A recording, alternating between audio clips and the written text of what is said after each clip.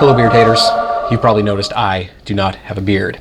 I can't grow facial hair that well. My mom used to tell me when I was a child that it was because I'm part Native American, which is a lie, because you have eyeballs.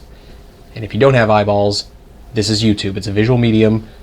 You probably are looking for a podcast of some sort. Just randomly punch a button on your keyboard until you find a website that allows you to download podcasts. Though, if you have no eyeballs at all, priorities in place here. Get eyeballs first, then maybe surf the internet for audio candy. But I respect my mom for trying to make me feel better about my severe lack of whatever it is that causes people to grow facial hair. Testosterone, I think it's called. I don't have that at all, I'm convinced.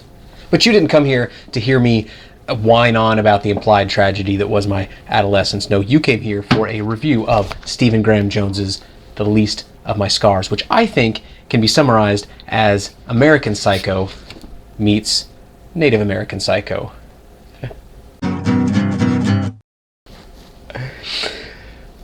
Stephen Graham Jones, the author, is Native American, and if I can for a moment make unfair assumptions of the author based on his work, a psycho as well, because this book is crazy beans. Also allowing me to make unfair assumptions about the author, this photo. Crazy beans. And did you notice no facial hair? Well, you probably didn't notice because there was a distractingly large number of star-covered nipple in that photo. So The Least of My Scars by Stephen Graham Jones, I compared it to American Psycho, and I think I can actually do that, all humor aside, because like American Psycho, this book, one, takes place from the perspective of a serial killer, which right away eliminates a lot of books and makes it sort of unique in its own right. And two, you have zero empathy for the protagonist. Having no empathy for the protagonist goes against every storytelling rule out there. But somehow, as with American Psycho, it works so well with The Least of My Scars, and like American Psycho, it will continue to befuddle me. How exactly that works. Is befuddle a word? I should know that. That's maybe if I knew words, I would know how Jones and Bret, Easton, Ellis do this sort of thing. The story, the setting anyway, is surprisingly simple. It really takes place almost entirely in one apartment. The story itself is a little bit more complex and is very much deals with the serial killer's mentality as he slowly, I guess, kind of becomes even more crazy than he already is. What's really interesting is that at no point throughout the novel does the author apologize for this. William Colton Hughes is the serial killer's name, for being a serial killer. That simply is what he is. He doesn't try to go into a big long backstory about why he became a serial killer. Doesn't try to go into, pull the heartstrings of his childhood or anything like that. No, the author's like, this is what he does. And that's really refreshing because that forces you as the reader to accept what he does and therefore judge the rest of the story based on that particular context, which is not something that you get from a lot of authors. Again, I said this was a very unique book. American Psycho is another one. I can't think of any successful examples of a book that's done that otherwise. But please, if there are any, put them in the comments below, because this kind of thing really, really interests me, both as a writer and as a reader. Now, the book is fairly short, and I think that's one of the reasons why the incredible lack of empathy for the protagonist is possible. I think if this were stretched out any longer, the reader would eventually say, okay, I need to know more about this character. I'm not just going to be along for the ride anymore.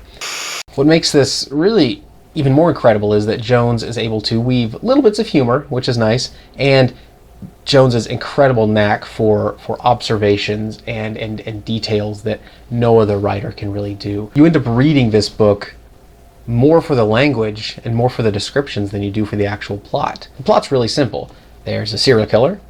The serial killer is employed by a crime boss of sorts, and when the crime boss needs bodies disposed of, he sends them to this serial killer's apartment. And the serial killer slowly dismembers the body until there's really nothing left, at least nothing identifiable left. Ships out the person, what's left of the person, and brings in another one. And this sort of cycle rotates over and over and over again. And that's really it. But it's the language and the way in which Jones is able to give the serial killer an eye for observation that is incredible. Now, the complication of this serial killer's normal day-to-day life comes by way of a woman named Mary. Mary is aware of what's going on in this apartment to some degree, more so than anyone else has been in the past. And this, for obvious reasons, creates a bit of a complicated scenario.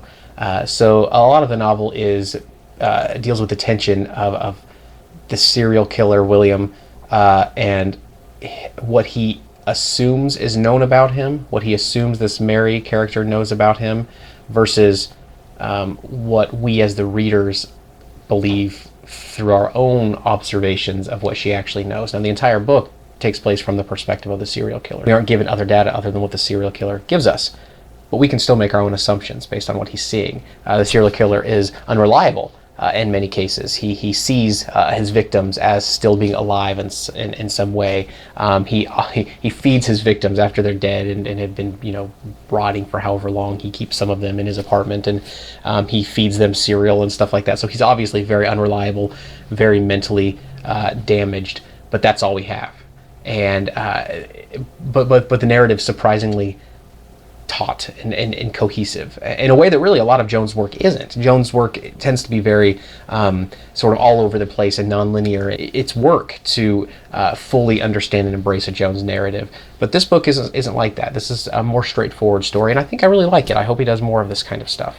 Definitely check it out. It's definitely a book worth reading. It's The Least of My Scars by Stephen Graham Jones through Broken River Books. And keep an eye on Broken River Books. They're a small press based out of Oklahoma, and they're putting out some really, really cool stuff. All of the covers so far have this kind of dirty, grungy feel to them, so they're easy to pick out online. I highly recommend you head over to Amazon, to their website or whatever, take a look around, see what they have to offer. Good stuff comes from these guys. So definitely read it, and read really all Stephen Graham Jones stuff. Pick it all up. He writes a book like every 3 minutes, so just in the time that this review is happening, he's probably written a few. So pick it up. It's very good.